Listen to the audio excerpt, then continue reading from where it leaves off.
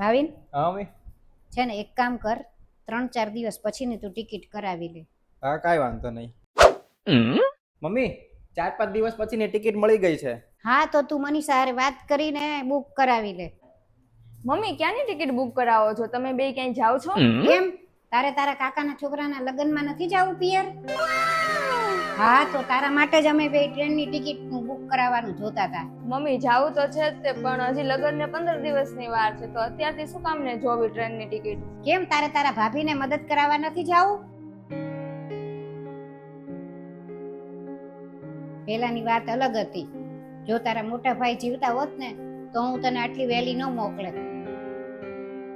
પણ અત્યારે વાત અલગ છે, કારણ કે તારા મોટા ભાઈ આ દુનિયામાં નથી તો તારે જવું પડે ને. વાત તો સાચી છે મમ્મી તમારી, પણ તમે એકલા આ ઘરનું કામ કેવી રીતના કરશો? બધું થઈ જશે, તું ચિંતા ન કર. હા મમ્મી, પણ કચરા પોતાની બધું તો કામ વાળી કરી નાખશે, પણ ખાવા પીવાનું કઈ રીતના થશે?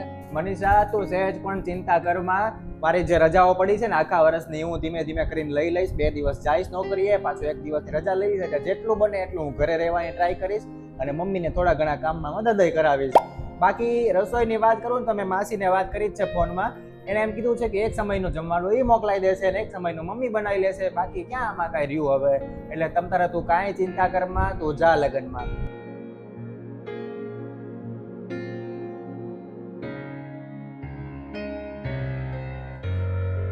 મમ્મી મમ્મી 1 અઠવાડિયા માટે હું મારા પિયર જાઉં? પણ મનીષા તને ખબર તો છે કે મારી તબિયત સારી રહેતી નથી, મારા પગ બહુ દુખે છે. તો તું એક કામ કરને, આજે જા અને કાલ આવતી રહેજે. મમ્મી 1 દિવસ માટે હું જઉં, એના કરતા રહેવા દઉં. હા તો તારી ઈચ્છા જોઈ લેજે. કેમ છો ભાભી? બસ સારું છે હો, પણ તમને ખબર છે ને કે તમારા ભાઈના ગયા પછી મારી ઉપર કેટલી જવાબદારી આવી ગઈ છે. છોકરાના લગ્ન બાકી છે. તમે ચિંતા ન કરો, હું છે ને 15 દિવસ પહેલા તે લગ્નમાં આવી જઈશ, એટલે તમને જે શું ટેકો રહે, પણ મારા સાસુ માને ને તો.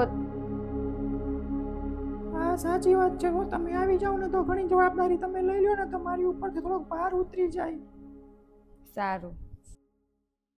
હા મારે ખોટી રીતે ના પડાઈ ગઈ બિચારીને. એની ભાભી એકલી જ છે, ભાઈ હવે રહ્યો નથી, તો બધી જવાબદારી એની માથે આવી જાય. એની કરતાં ભલે બિચારી આ જાય તો એને તે ટેકો રહે.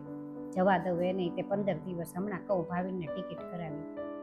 પણ હું જઈશ તો તમને તકલીફ નહીં પડે? તમને તો પગમાં તે પ્રોબ્લેમ છે, અને હવે તમે કામ કઈ રીતના બધું કરી શકશો? અરે ઈ તો બધું રોજનું થયું, આ તબિયતનું તો એવું જ બધું હાલ્યા જ તે કરે.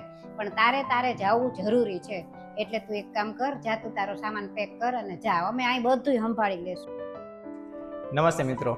તો તમે જોયું કે સ્ત્રીને દરેક જગ્યાએ દરેક સંબંધો સાચવવાના હોય છે. સાસરામાં પણ એટલા સંબંધો સાચવવાના હોય છે અને પિયરમાં પણ એટલા જ સંબંધો સાચવવાના હોય છે. એવું નથી હોતું કે લગ્ન પછી એ સાસરે આવી જાય તો પિયરના સંબંધો એને ભૂલી જવા પડે કે પછી ત્યાં જવાનું ઓછું કરી દેવું પડે. એવું જરાક પણ નથી હોતું.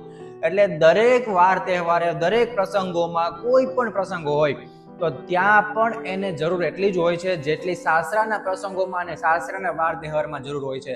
એટલે દરેક જગ્યાએ પરિસ્થિતિ પ્રમાણે એમને જવા દેવા જોઈએ. અને વિડીયો ગમ્યો હોય તો લાઈક અને કમેન્ટ જરૂર કરજો.